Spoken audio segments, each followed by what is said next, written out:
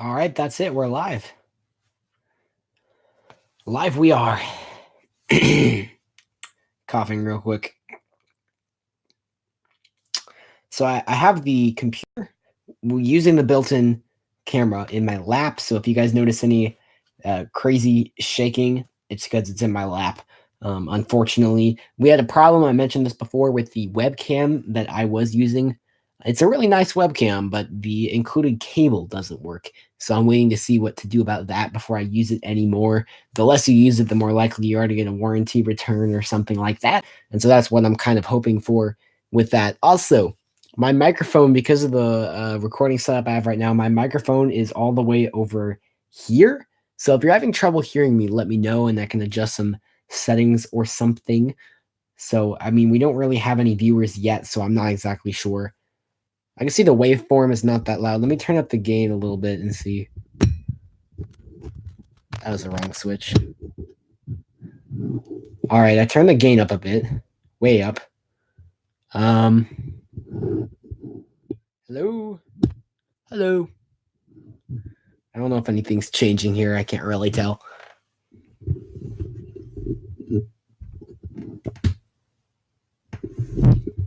Yeah, well, I'm not really going to worry about it all that much.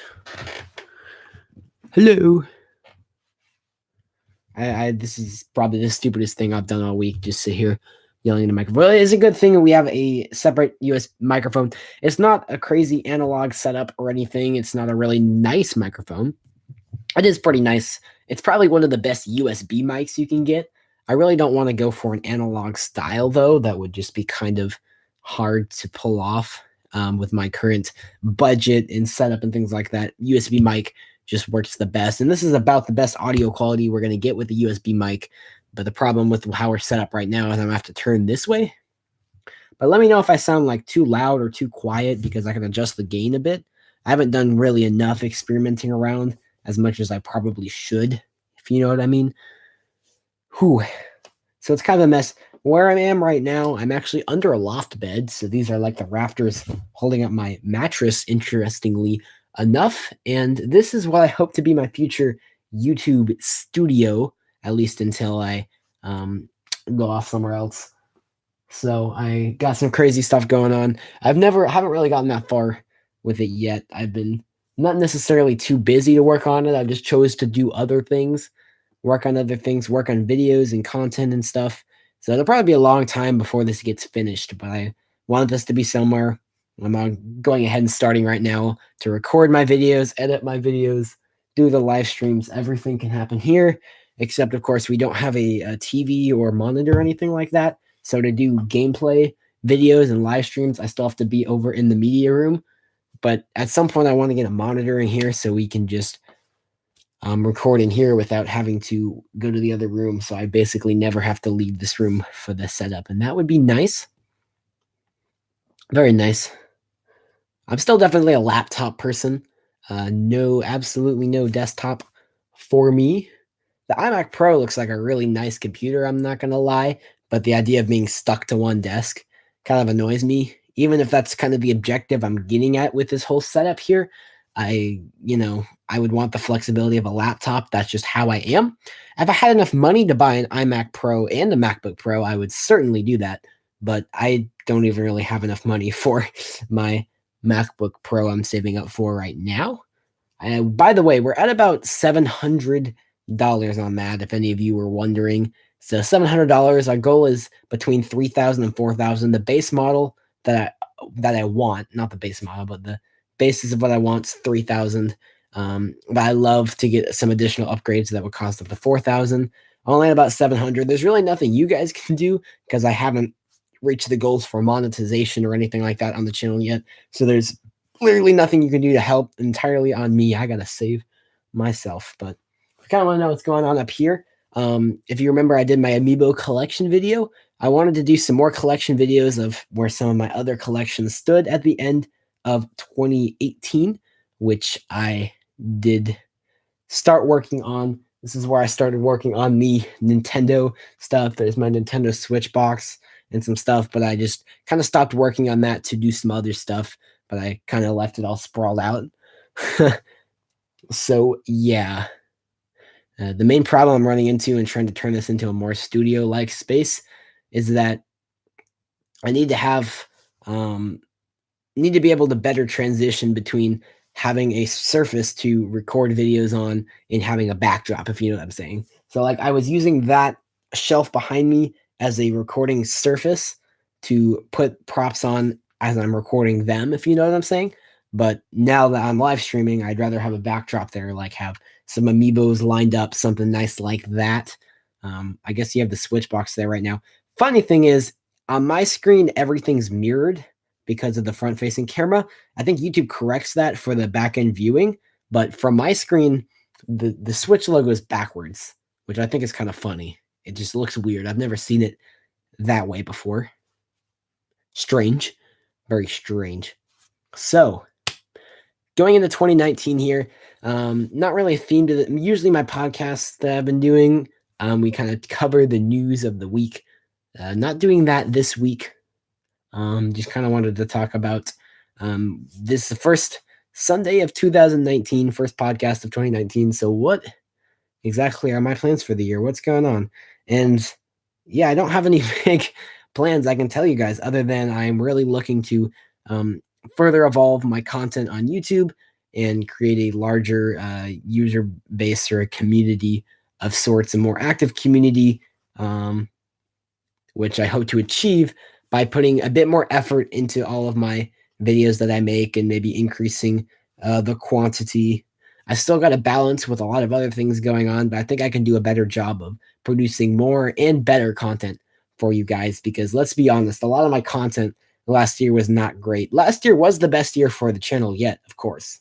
And I hope 2019 will as well, but you can't say that everything that happened in 2018, all those videos were necessarily high quality.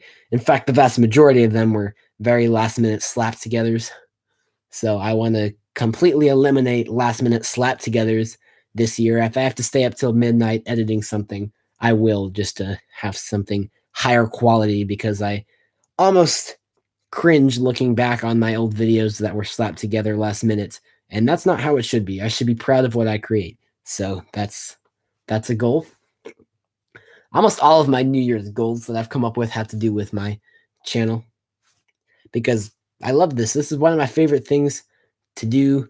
Definitely my favorite non-religious thing that I do.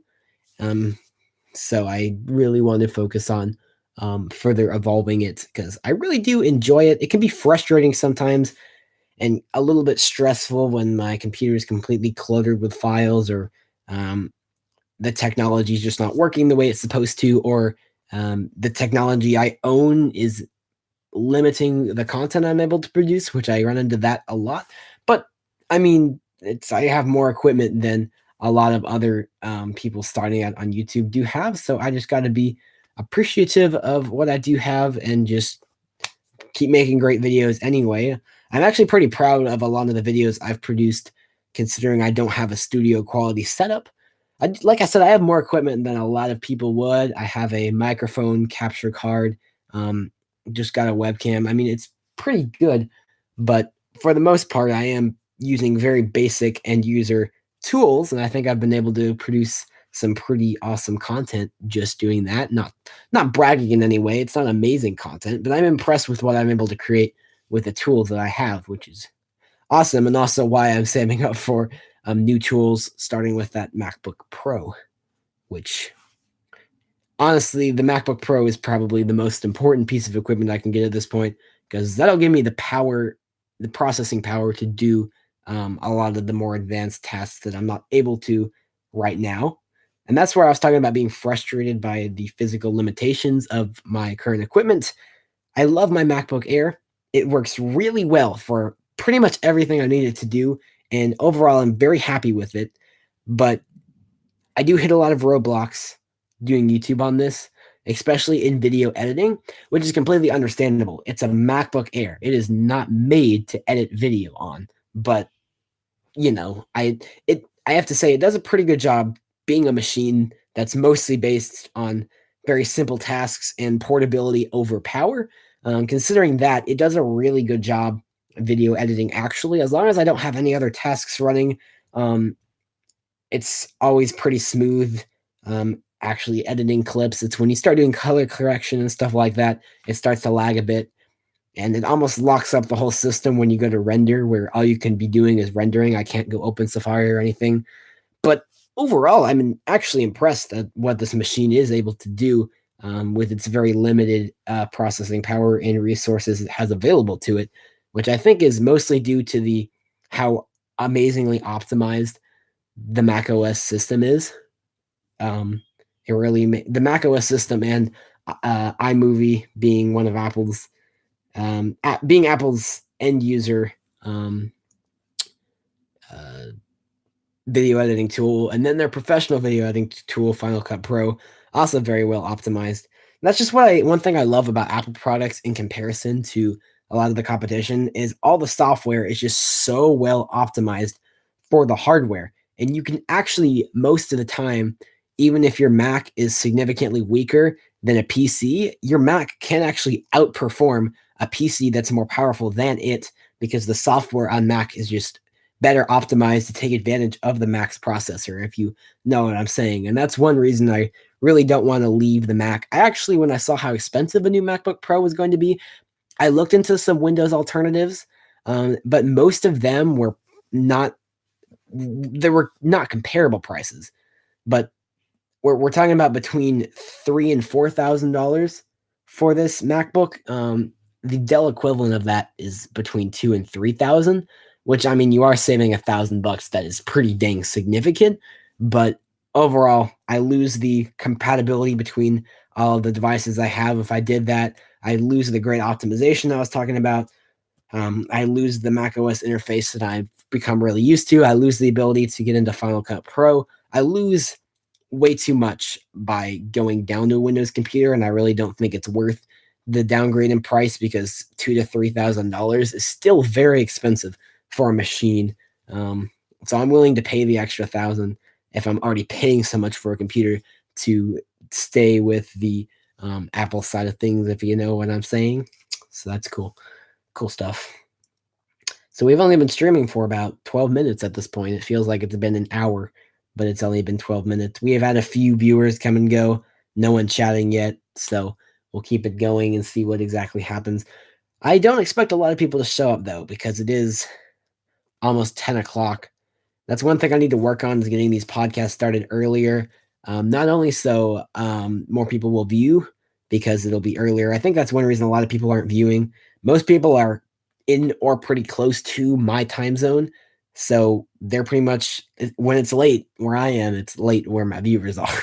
So they're probably going to bed and stuff, and they aren't getting to see the podcast, especially since it's Sunday night. A lot of people go into bed earlier on Sunday night and aren't seeing the podcast. And then also for my own good, for me to get to go to bed, because plenty of nights I've been up till like 11 on a Sunday night just doing this podcast, which is fun. I enjoy it, but it's probably not great for my sleeping health, if you know what I'm saying. But yeah, overall, I had a pretty good Christmas. Got some cool stuff. Like, you guys actually haven't even seen this stuff yet. Let me grab some. So we got AirPods here. I have an unboxing of that. My unboxings were pretty lazy. I kind of wish I had done a better job on the unboxings, but it's fine. So we got AirPods. And another interesting thing I got, I got the Apple TV 4K, which I'm really interested. I haven't gotten to use it a ton yet, but I did hook it up to my 4K TV.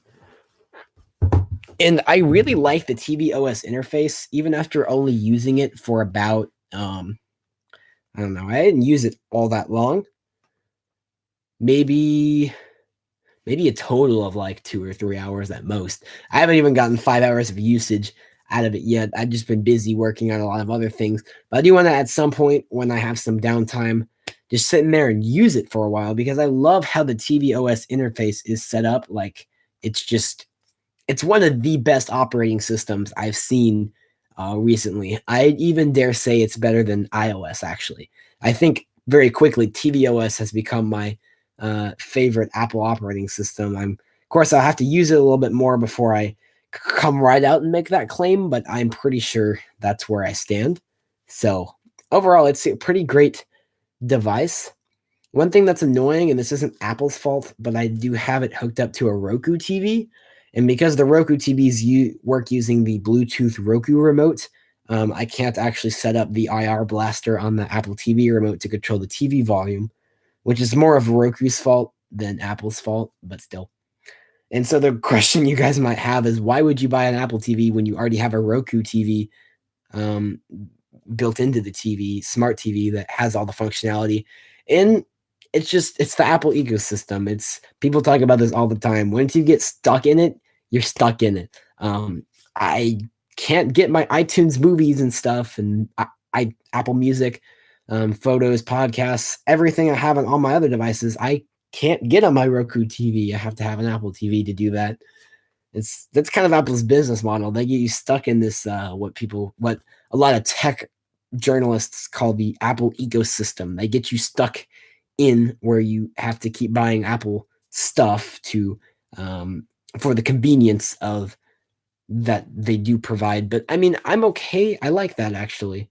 I'm okay with it. I don't feel cheated because I know that on Windows and Android there is some level of sharing and interconnectivity, but not near as great as Apple. People say the Apple ecosystem gets you stuck in it, but I don't really think that's exactly a good way to describe it, because the same thing doesn't exist for Android and Windows users. You can't share things between Android and Windows near as easily as you can between iOS and macOS. It just, the kind of interconnectivity Apple devices have just doesn't exist anywhere else. So I think saying that they're locking you into an ecosystem is not really fair. They're just offering you something, a special incentive for having all their devices that other companies don't have.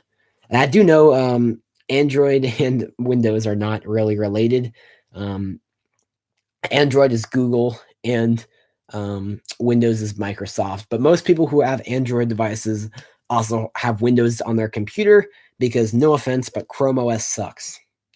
But I will give Google credit. Google makes Android and Google makes Chrome OS.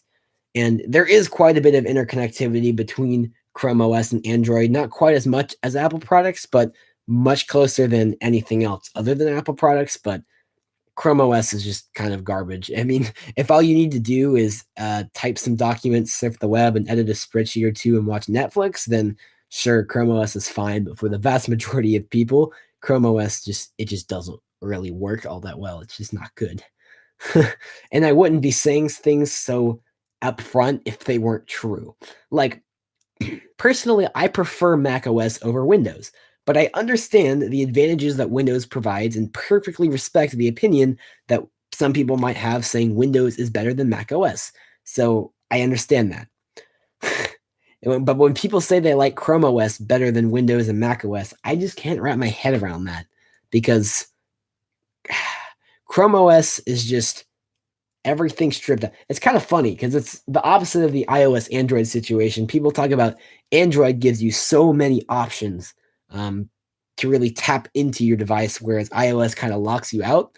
The opposite's true for Mac OS/Windows versus Chrome OS. Mac OS and Windows both give you so many powerful tools and options to really tap into your device, whereas Chrome OS is basically like, congratulations, you bought a device that surfs the web.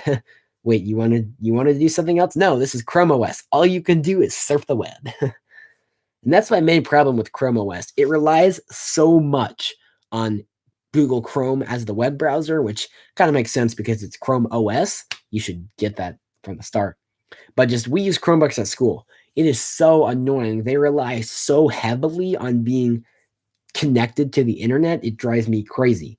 Like, people have their Chromebooks. If you take your Chromebook offline, you've like knocked out 75% of the functionality just by not having Wi-Fi nearby, because that's how much the Chromebook relies on having internet. Like, I don't actually remember. They may have changed this. When the Chromebook first came out, you could not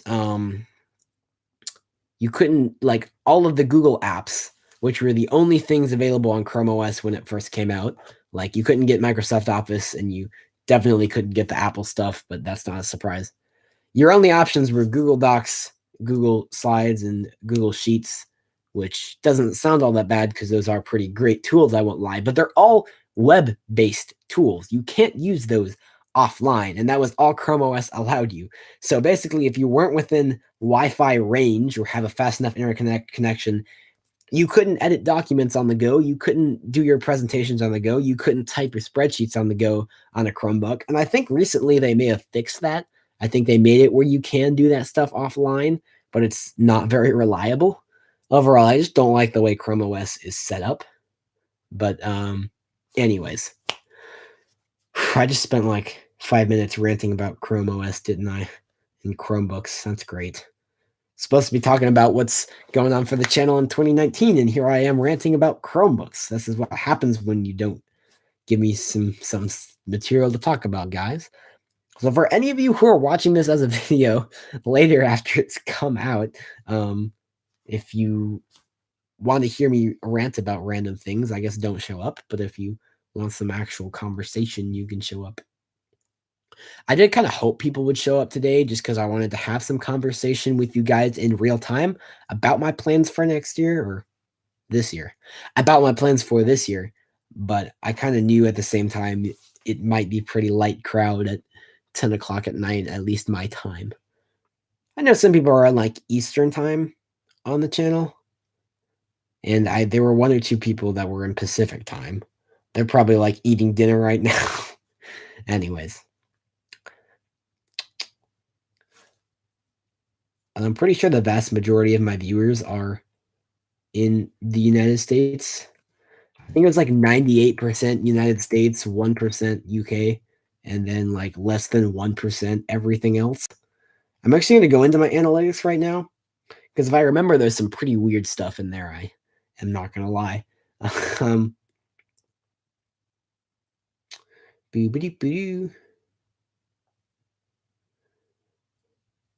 Might be playback locations. I forget exactly the way that YouTube Analytics is set up. Maybe traffic sources. That's not it either. There's a whole tab.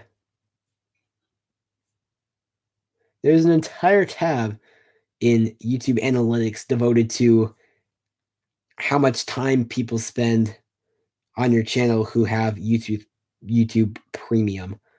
That's interesting.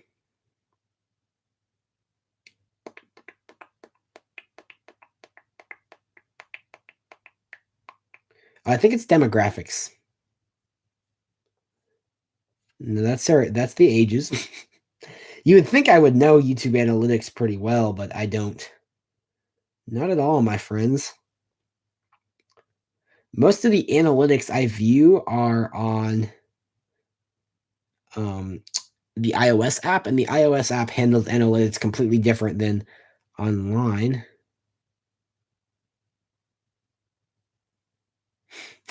So for the last 28 days, 100% of my viewers have been male and 0% have been female. So apparently our channel is not representative of genders. We're apparently very sexist here, I guess. Not really. I'm not sexist at all. It's just funny that literally all of our viewers are male, no exception. Also, 100% United States. There were some other countries mixed in there at some point, but the last 28 days, all within the United States. Where can I go in? Okay, I'm going to change this to lifetime. It's funny. The YouTube Analytics is a relatively powerful tool, but it's also a little confusing if you haven't used it very much, and I have not used it very much. Okay, so in all time, 98% male, 1.7% female, and 0.3% undefined. I don't know how your gender can be undefined, but we're not going to get into that conversation right now because I really don't want to go down that road. But yeah, there's a little bit of female representation on the channel, I suppose. And then for some reason, it's only showing United States as being a watch location. And that's lifetime. But I swear there were some other countries in the mix. Anyhow, not that it's really all that important. It really is not. Anyhow, cool. So that's weird. We just went down another weird path by having me go look at my own channel analytics. So, anyways, again, sorry if you see this rocking around because it's in my lap and I'm having to use the built-in camera on my computer here because the Logitech webcam I got, very nice webcam, works very well, but the cable included with it is broken. So that's kind of garbage. Anyways, if you guys have any questions you want me to answer or anything you want to talk about, you can just put that in the live chat and I'll be happy to answer those questions, talk to you guys. Whatever is going on is cool by me. So that's nice stuff. Specifically, the theme today, of course, being what's going on here in Variety Entertainment in 2019, which I kind of already explained a little bit already. But basically, I just not any specific goals, just want to try to work on higher quality content more frequently. Overall, just evolving the channel a bit from what it is now. The main goal. Man, my computer is getting really hot, and the fans have not kicked on yet. That's a little concerning.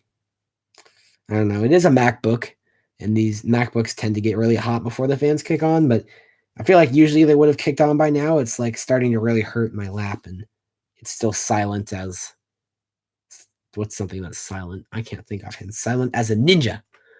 Yeah, you're right. I just compared a MacBook to a ninja. There you go.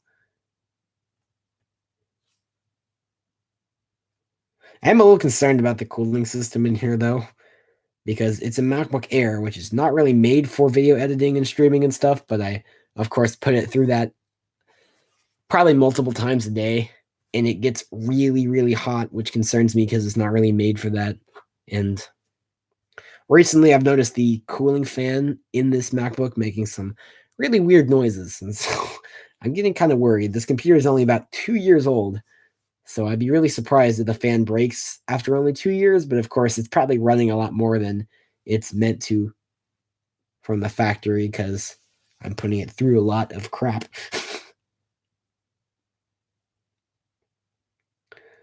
See, I'm going to be pretty mad if it breaks. I probably need to do a bit of more research. Like, is it bad to put my MacBook Air through intensive video editing? But then I'd be scared I'd find something that says, like on an Apple support page that says, never put your MacBook Air through intensive video editing tasks. And then this channel would be screwed because I'd have to do all my video editing on an iPad. That would be interesting, wouldn't it? But again, we are saving up for a MacBook Pro that will still probably get hot enough to fry an egg, but should be able to handle the task better than our current solution. What am I doing? I heard somebody talking about one day about how whenever you live stream on your YouTube channel, you want to make sure that you have viewers that are willing to stop by and watch and engage, or else you're just kind of going to be awkwardly standing in front of a camera for an hour. But I've never really had that problem. A lot of my podcasts, no one has really chatted on, and I've still had fun just sitting here basically talking to myself for between 30 minutes and an hour, which is kind of hilarious if you think about it. I mean, no one has chatted in the last. We've been streaming for about 30 minutes. No one has chatted at all. And I've just been sitting here rambling, like barely any awkward silence. I've just been talking. I guess I just have a knack for that. I mean, I'm cool. I guess you could say an interesting thing about these podcasts is, at least for me, is I get some time to just talk about things I want to talk about, even though no one's seeing it right now. I know somebody's going to see all this at one point in the future, but for now, no one's seeing this. It's just me.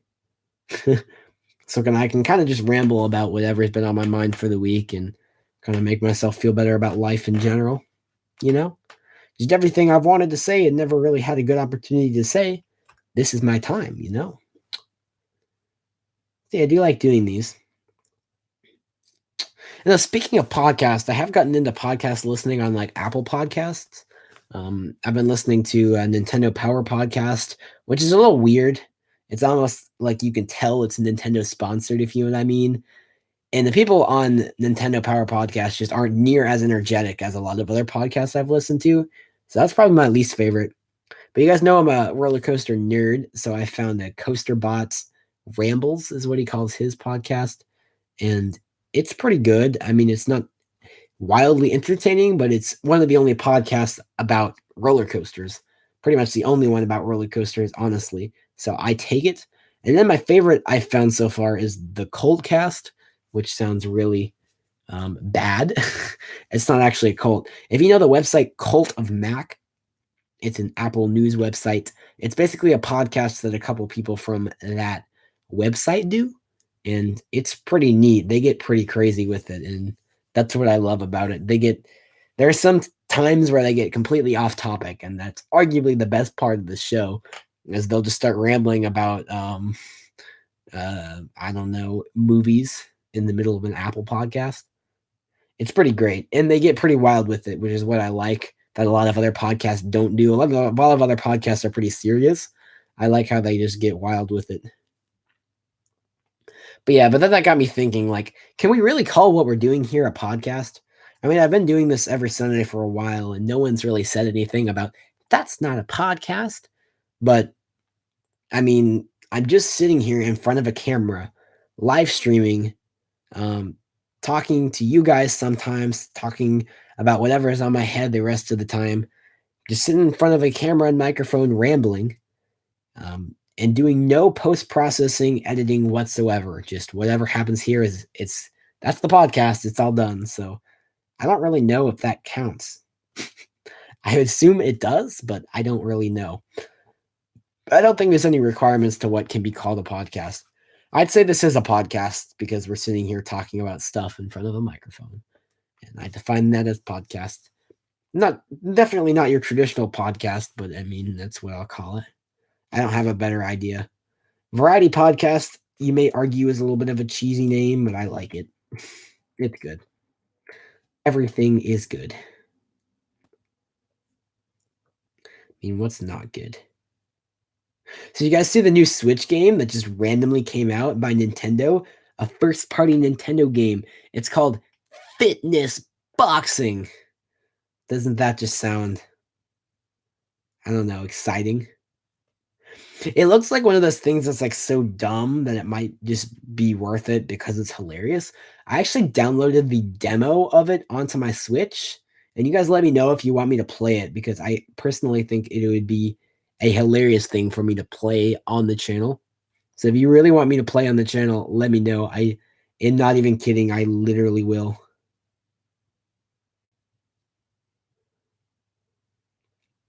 I'm looking at it right now on Nintendo's website. There are 20 unlockable hit songs. I don't know what's being defined as a hit song here. Daily training from 10 to 40 minutes, normal and fast mode. It estimates your approximate BMI and daily calorie burns. This is so funny. It's like great. Yeah, it's $50. I'm not paying that much for it, but I did download the demo, and we are totally one day if I have enough time after I've completed, all the school stuff I got to do, work at home, completed all the outstanding videos I need to work on. But if there's any point I got everything done, we are totally playing that demo on probably not on a live stream, because I can't edit from a live stream, obviously.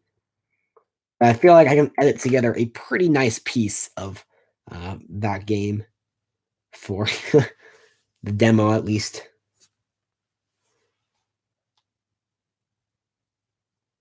So yeah, I think it'll be pretty funny. So best luck on that.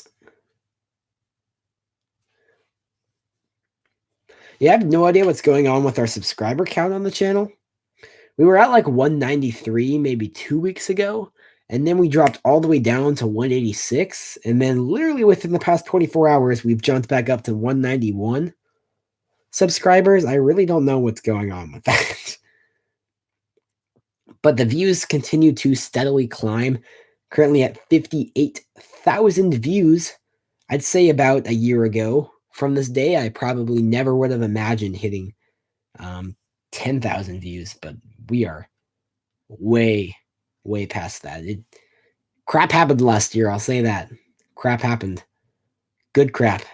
Anyways, I mean, channel progression is still slow in the vast scheme of YouTube, but still, for our personal channel, and that's really all I care about right now is the growth of our personal channel relative to our own channel. We did pretty dang well last year. Pretty great strides were made for Variety Entertainment. I still haven't come up with a name for my fans yet, but I don't feel like I have enough to justify that quite yet. We'll wait a while and see what happens.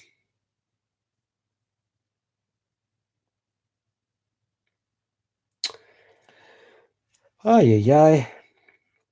Funny thing, YouTube's monetization policy used to be you had to have 10,000 views for ads or to make money off of your YouTube channel. And I always thought that was like an impossible goal I was never going to reach. I worked really hard pumping out videos, but I just couldn't get the views. And I thought, I'm never going to reach 10,000 views.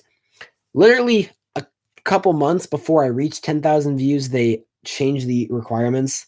Now you have to have like, I think 4,000 watch hours within the past 365 days or something absurd like that. And then you also have to have 1,000 subscribers, which just threw that way out of my reach.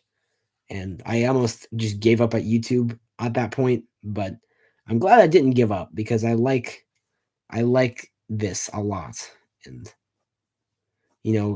we really are picking up, although I'm looking at our analytics right now, channel analytics, and there's a red downward pointing triangle next to literally everything, which should technically mean channel is plummeting. But YouTube's kind of like the stock market, you hit a period of plummeting everything and then, it'll start to go up again after a while. At least that's what usually happens.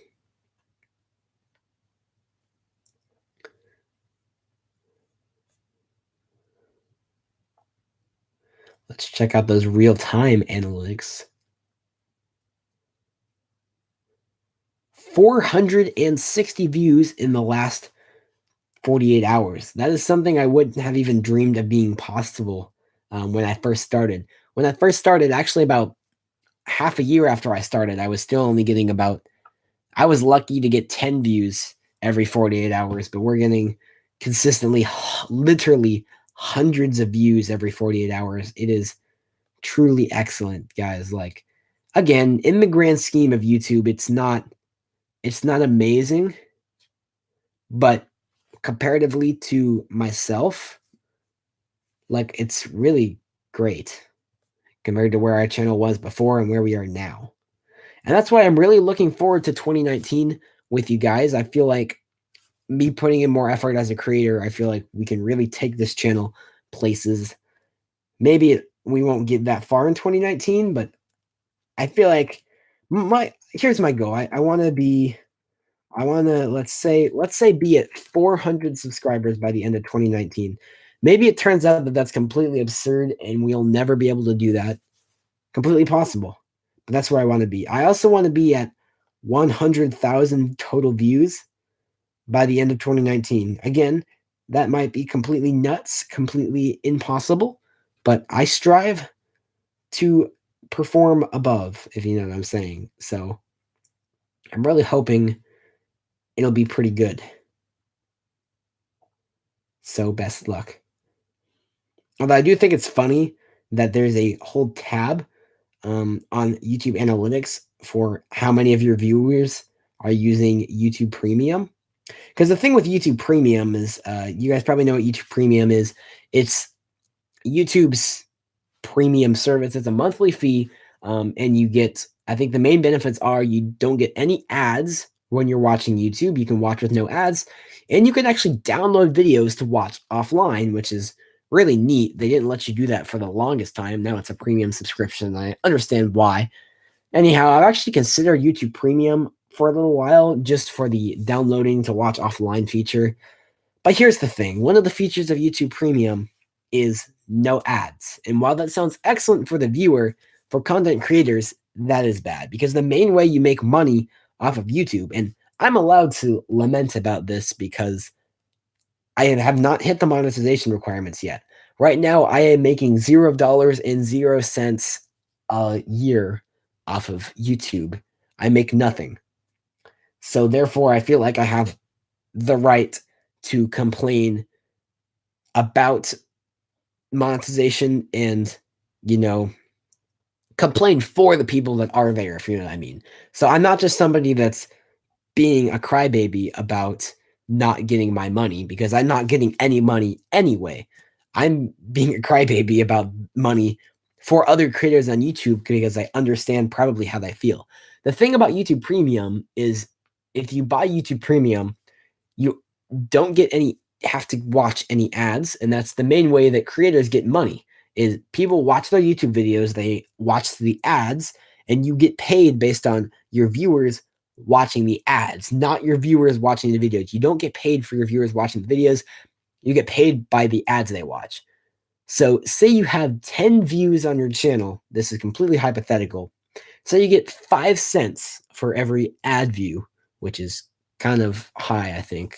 I don't really know how YouTube's pricing is. Say you get 5 cents for every ad that your viewers watch, and you have 10 views on a video, then you've made what?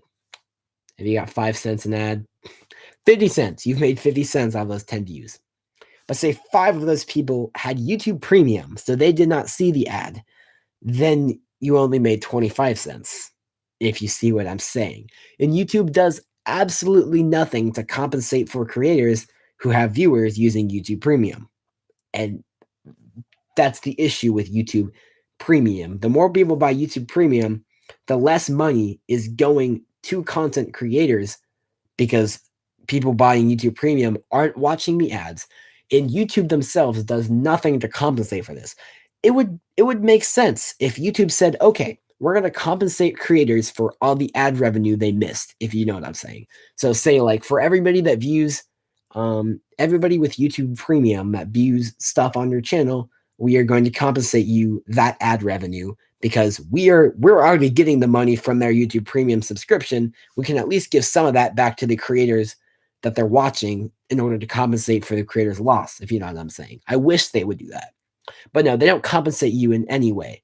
So basically, by buying YouTube Premium, you are taking well-earned revenue away from all the content creators you watch. And that right there is the reason why I am not even considering buying YouTube Premium until YouTube does something to compensate for creators losing money to viewers using YouTube Premium. I just can't bring myself to even consider that because I love all the content creators I watch on YouTube. I want them to have ad revenue. In fact, I actually started not skipping ads on YouTube because a lot of times creators will get higher revenue shares if viewers don't skip their ads. So I've started not skipping ads. And sometimes I'll even click on the ads if they look interesting because they also get extra boosted revenue if you click their ads. Just little things like that, just to kind of be nicer to them now that I kind of know how hard YouTube is and how hard work it is. To kind of help compensate for that, I'm, being a little more careful, trying to be nicer to them and get them their ad revenue that they deserve. But again, main problem, YouTube Premium. I personally, if any of you are considering getting YouTube Premium, I'm saying don't do it because you're basically taking well-earned revenue away from all the content creators that you're watching is basically the way that I see it and the way a lot of other people I think see it too. And I feel like I have the right to say that because I'm not losing any money. If you buy YouTube Premium and you're watching my channel, I'm not losing anything because I'm not making anything in the first place, which is why I think I have the right to sit here and lament about it, if you know what I'm saying. So I feel like I have the right to tell you that it's not a good idea to buy YouTube Premium, and not because I care. I mean, I'm not losing any revenue, but other creators you watch that might be getting that ad revenue are not getting the revenue as long as you have YouTube Premium. So anyways, that was my little YouTube Premium rant there. Hopefully I didn't bore you all too much. But yeah, that's basically what I'm saying. Please don't buy YouTube Premium, at least until YouTube decides to compensate for lost ad revenue, in which case I will let you guys know pretty quickly. So yeah, we've been live streaming for about 45 minutes and really no viewers or chatters. So I think this is where I'm going to go ahead and wrap it up for the night. So thanks for the very, very few viewers that did stop by during this stream. And of course, if you are watching this later while it's a video, as usual, as I say at the end of all my live streams, turn on notifications because then you won't miss it next week. And this is really the only thing I do on a consistent scheduled basis pretty much every Sunday night, somewhere between the hours of 8 and 10 o'clock. We are live here doing this little podcast thing. So you can kind of plan that into your night if you would like. Again, notifications help so you know when it's going on. And if you stumble across me from some other part of the web, I'd very much appreciate a subscription. Like I said, I'm working hard to bring you guys better and more diverse content in 2019. So, of course, if there's anything you want to see, after all, this podcast is kind of devoted to what I'm doing in 2019. If there's anything specific you want to see me do in 2019, put those ideas down in the comments below, and who knows, maybe I'll consider that, and that'll actually be something we do on a regular basis because you suggested it. So really don't be afraid to comment. And also leave a like if you want to see more podcasts in the future, or you want me to spend more time on podcasts, blah, blah, blah. I don't know. That's about it. It's my little end of stream shabam. I noticed all YouTubers kind of have a thing where, like, at the end of their videos or live streams, they kind of say the same things, just like the video, comment, subscribe, turn on notifications. And so I kind of try to insert my own little thing in it. Most YouTubers will just say to do those things, but that's it. So I try to do a little better than them. I try to explain to you guys why you should do those things. Like I say, enable notifications because you don't want to miss my live streams. They're spontaneous. Subscribe because I'm producing more diverse content. You know, I'm trying to give you guys a reason to do those things and not just because I want you to, which I feel is a better idea. I don't know. I mean, pretty much everyone on YouTube says those things anyway. And I know I'm guilty of myself. As soon as I hear the whatever creator I'm watching start going, okay, make sure you like the video, that's when I hit X and move on to the next video. Anyways, I'm kind of just stalling at this point. I think we're going to go ahead and call it a night. Again, make sure to tune in next week if you want to see. And happy 2019 to you all. Bye-bye.